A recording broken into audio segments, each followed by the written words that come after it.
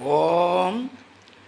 இந்த உலகத்திலும் மேலுலகத்திலும் நாம் எந்த துன்பமும் இல்லாமல் மகிழ்ச்சியாக வாழ வேண்டும் என்றால் ரெண்டு விஷயங்களை புரிஞ்சுட்டு ஒழுங்காக கடைப்பிடித்தால் போதும்.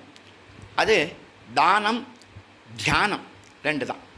ஏன்னாக்க ஏகோதேவ சர்வபூதேஷு கூடக சர்வவியாபிய சர்வபூத அந்தராத்மா, கடவுள் எல்லோருடைய உள்ளத்திலும் ஆன்ம வடிவத்தில் உயிர் வடிவத்தில் மறைந்திருக்கிறார் என்று வேதங்கள் கூறுகின்றன. எனவே எல்லா உயிர்களுக்கும் நாம் செய்யக்கூடிய உதவி பரோபகார புண்ணியாய, பிறருக்கு உதவி செய்யணும், அதுதான் புண்ணியம். பாப்பாய பரப்பீடனம், பிறருக்கு தீங்கு செய்வது பாவம் என்பதுதான் புண்ணியம், பாவத்துக்கு லட்சணம். அதனால் சர்வே பத்ராணி பசந்தோ மாக்கச்சு துக்கபாத் பவேத்து, எல்லோரும் மகிழ்ச்சியாக இருக்க வேண்டும், எந்த ஜீவனும் துன்பப்படக்கூடாது என்றுதான் வேறு சாஸ்திரங்கள் கூறுகின்றன. அதனால் அந்த தானம், அதே அன்னதானம் பரந்தானம், பசியை போக்குறது தான் ரொம்ப முக்கியமான தானம். அது மட்டும் இல்லை, இன்னும் அவன் கஷ்டப்படுறவங்க, நோயாக இருக்கிறவனுக்கு மருந்து கொடுக்கணும், இப்போ கல்வி இல்லாதவனுக்கு கல்வி கொடுக்கணும், உடை இல்லாதவனுக்கு உடை கொடுக்கணும். அதுமாதிரி அவனுக்கு எது தேவையோ அதை கொடுக்கணும். ஆபத்தில் கஷ்டப்படுறவனுக்கு அவனை ஓடி போய் அவனை காப்பாற்றணும், அவனுக்கு தொண்டு செய்யணும். அதை நம்ம செய்யணும். சாமிக்கு எல்லாம் செய்வோம், ஆனால் இப்போ கடவுளுக்கு உயிர்களுக்கு எந்த தொண்டும் செய்ய மாட்டோம். பசியாக இருக்கிறவனுக்கு சாப்பாடு போட மாட்டோம், ஏழைக்கு சாப்பாடு போட மாட்டோம், எந்த ஆபத்தில் இருக்கிறவனை காப்பாற்றுறதுக்கு நம்ம ஓட மாட்டோம். அதில் என்ன பிரயோஜனம்? அவங்கெல்லாம் பால் பவுடர் கொண்டு கொடுத்தான், மருந்து கொண்டு கொடுத்தான், பள்ளிக்கூடத்தை கட்டினான், எல்லாம் பண்ணி அவங்களாம் மதத்தை நல்லா பரப்பினாங்க இல்லையா? அந்த மாதிரி நம்மளும் ஏன் செய்யக்கூடாது? தாராளமாக செய்யலாம். அதுதான் கடவுளுக்கு பிரியமானது. அந்த தானம் அதுதான் கடவுளுக்கு பிரியம். அதுதான், அதனால் கடவுளுக்கு சந்தோஷம் ஏற்படும். அதே போல் தியானம் செய்கிறதுனால நமக்கு மனம் தூய்மையாகும். செல்லில் ஸ்டோரேஜ் சரியாக அதிகமாகிடுச்சுன்னா என்ன பண்ணுவோம்? அதை உடனே கொண்டு போய் க்ளீன் பண்ணுறோம் இல்லையா? அந்த மாதிரி கடவுள் உள்ளே இருக்கார், ஏன் தெரியல, நம்ம குப்பையெல்லாம் போட்டு வச்சுருக்கோம், அதெல்லாம் முதல்ல க்ளீன் பண்ணணும். அதை க்ளீன் பண்ணோம்னா உள்ளே இருக்கக்கூடிய அந்த பிரகாசம், நமக்கு கடவுளுடைய பிரகாசம் நமக்கு தெரியும். கடவுள் நம்மளோட பேசுவார், கடவுளோடு நம்மளோட வந்துடுவார், நமக்கு வேண்டியதெல்லாம் கொடுப்பார், நமக்கு வேண்டியதெல்லாம் பண்ணி கொடுப்பார். ஆனால் அந்த காலத்தில் குழந்தைகளெல்லாம் கொண்டு போய் குருகுலத்தில் சேர்ப்பாங்க, மந்திரங்களெல்லாம் சொல்லிக் கொடுப்பாங்க. இந்த மந்திரங்கள்லாம் அதுக்கு மந்திரத்துக்கு அப்புறமா சக்தி இருக்குன்னு மீட்டெல்லாம் கண்டுபிடிச்சிருக்கான். அதனால் அதிகாலையில் எழுந்துட்டு ஓசோன் காற்றை சுவாசிச்சுக்கிட்டு ஓரணி கடைக்கு ஆற்ற கடைக்கு எழுந்து போவாங்க. நல்லா முங்கி நல்லா குளிர்ந்த நீரில் குளிப்பாங்க. சூரிய வெளிச்சம் படும்படியாக சந்தியாவந்தனம் பண்ணுவாங்க, சூரிய நமஸ்காரம் பண்ணுவாங்க, மூச்சு பயிற்சி பண்ணுவாங்க, கடவுளை நாமத்தை தியானம் பண்ணுவாங்க, மந்திரத்தை ஜபம் பண்ணுவாங்க. இயற்கையான உணவு, இந்த நல்ல பழக்கங்கள்லாம் இருந்ததுனால உடம்பு நல்ல ஆரோக்கியமாக இருந்தது. அது மட்டும் இல்லை, மன அழுத்தத்தினால தான் ரத்த அழுத்தம் ஏற்படுது, அதனால தான் நோய்கள்லாம் உண்டாருதுன்னு சொல்லி நோயை தீர்க்கணும்னா அதுக்கு ஒரே தியானம்தான் ஒரே வழின்னு அமெரிக்க பல்கலைக்கழகங்களிலே தியானத்தை கட்டாய பாடமாக வச்சு சொல்லிக் கொடுக்குறாங்களாம். அதனால் இந்த நல்ல பழக்கமெல்லாம் இருந்தது அப்படின்னு சொன்னாக்கா, கட்டுப்பாடு ஒழுக்கம் இருந்ததுன்னு சொன்னால் நமக்கு உடல் ஆரோக்கியமாக இருக்கும். அப்போ நமக்கு ஜோதிட சாஸ்திர ரீதியாக நமக்கு நோய் ஆயுள் முடிஞ்சால் கூட கடவுள் சர்வ வல்லமை உடையவர் தானே.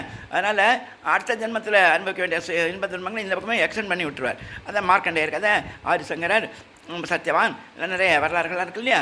அதெல்லாம் நம்ம புரிஞ்சுக்கிட்டு செஞ்சோம்னா அதான் சாகாக்கலை மரணமில்லா பெருவாழ்வு அப்படின்னு சொன்னாங்க. அப்படி நாம் சந்தோஷமாக மகிழ்ச்சியாக வாழணும் அப்படின்னா இந்த தியானம் ஒன்று தான் சிறந்த வழி. அதெல்லாம் செய்வாங்க. ஆனால் யாரோ உயர்ந்த ஜாதிக்காரங்களுக்கு தான் அப்படின்னு சொல்லி தப்பாக நினச்சிக்கிறாங்க.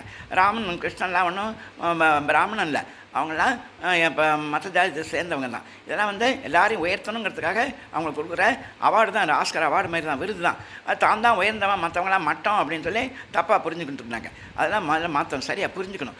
அதே போல் இப்போ மற்ற சேர்ந்தவங்கெல்லாம் குழந்தைகளுக்கு இதுக்கு கூட்டின்னு போகிறாங்க, குழந்தைகளெல்லாம் தேவாலயத்துக்கு கூட்டின்னு போகிறாங்க, பைபிள் படிக்க சொல்கிறாங்க, எல்லாம் அவங்க மதத்தெல்லாம் கற்றுக் கொடுக்குறாங்க, நல்ல பழக்கம்லாம் ஏற்படுத்துகிறாங்க. அந்த மாதிரி பசுமரத்து ஆணி மாதிரி சின்ன வயசில் சேர்ந்தால் தான் அது கடவுள் பக்தி உள்ளவன், கடவுள் பயம் உள்ளவன், தப்பு செய்ய மாட்டான். அதான் அந்த காலத்தில் வச்சுருந்தாங்க.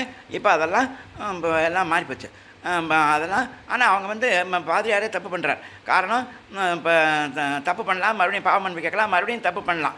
அவங்க மதத்தில், நம்ம மதத்தில் அது கிடையாது. பச்சாத்தாபக சர்வேஷா மகானா நிஷ்கதி ஸ்மிருதா, செய்த தவறுக்கு மனம் வருந்தி இப்போ மறுபடியும் தவறு செய்யாமல் இருக்கணும், நல்ல புத்தியை கொடு அப்படின்னு கேட்கணும். காதலாக்கி கசிந்து கண்ணீர் வாங்கி ஓதுவாசமே நன்னறிக்கை வைப்பது, நல்ல வழிக்கு வந்துடணும். அப்போ தான் அவனுக்கு பாவ மன்னிப்பு. அதுதான் நம்முடைய சாஸ்திரத்தினே இந்த மதத்தினுடைய சிறப்பு. அதனால் அதெல்லாம் புரிஞ்சுக்கிட்டு நம்ம கடைப்பிடிக்கணும். அதே போல் எல்லாம் செய்வாங்க, செஞ்சுட்டு பாத யாத்திரை அது இது எல்லாம் போவாங்க, போயிட்டு 1 மாதம் 2 மாதம் 3 மாதம் விரதம் இருப்பாங்க, மறுபடியும் திருப்பி அதையே தப்பை செய்ய ஆரம்பிப்பாங்க. நாயை அதிகமாக சாப்பிட்டுட்டு உடனே கக்கிட்டு அதையே மறுபடியும் எடுத்து சாப்பிடும். அது மாதிரி அந்த நாயேன் பேயேன் அதனால தான் நமக்காக பெரியவர்களாக பாடியிருக்காங்க. அதனால் நல்ல பழக்கங்களெல்லாம் விட்டுட்டு இதெல்லாம் ஒரு பயிற்சியாக அதெல்லாம் எடுத்துக்கணும். நம்ம எப்போவுமே செய்யணும். வாய்மொழிந்து நம்ம செய்ய வேண்டியது அது. அதே போல் கட்டாயமாக அதே போல் கல்யாணம் ஆனதுக்கப்புறம் தான் இதெல்லாம் சம்சாரியாக போகிறது சன்னியாசியாக போகிறது தப்பாக நினச்சிட்டுருக்காங்க. அதெல்லாம் கிடையவே கிடையாது. கல்யாணத்துக்கு மிஞ்சி தான் இதெல்லாம் செய்யணும். ஏன்னா கல்யாணம் ஆகிடுச்சுனா மனைவி சொல்கிறது தான் கேட்பாங்க. நம்ம சொல்கிறது யார் கேட்க போகிறாங்க? அப்புறம் வயசான காலத்தில் பார்த்துக்கலாம் அப்படின்னு நினைக்கிறாங்க. வயசான காலத்தில் எப்போ 50 வயசு 60 வயசில் குளிக்க முடியுமா, நடக்க முடியுமா, இன்னும் பண்ண முடியாது. அப்புறம் இப்போ எத்தனை கோடி கோடியாக அவன் எவன் வரும்போது என்ன பண்ண முடியும்? இதெல்லாம் கொண்டு போக முடியுமா? மனைவி மக்களெல்லாம் கூட்டின்னு போக முடியும்? நோயிலேருந்து இதிலேருந்து மரணத்துலேருந்து தப்பிச்சிக்க முடியுமா? அதெல்லாம் தப்பிக்க முடியாது. அதெல்லாம் நமக்கு ஒன்றும் வேலைக்கு வராது.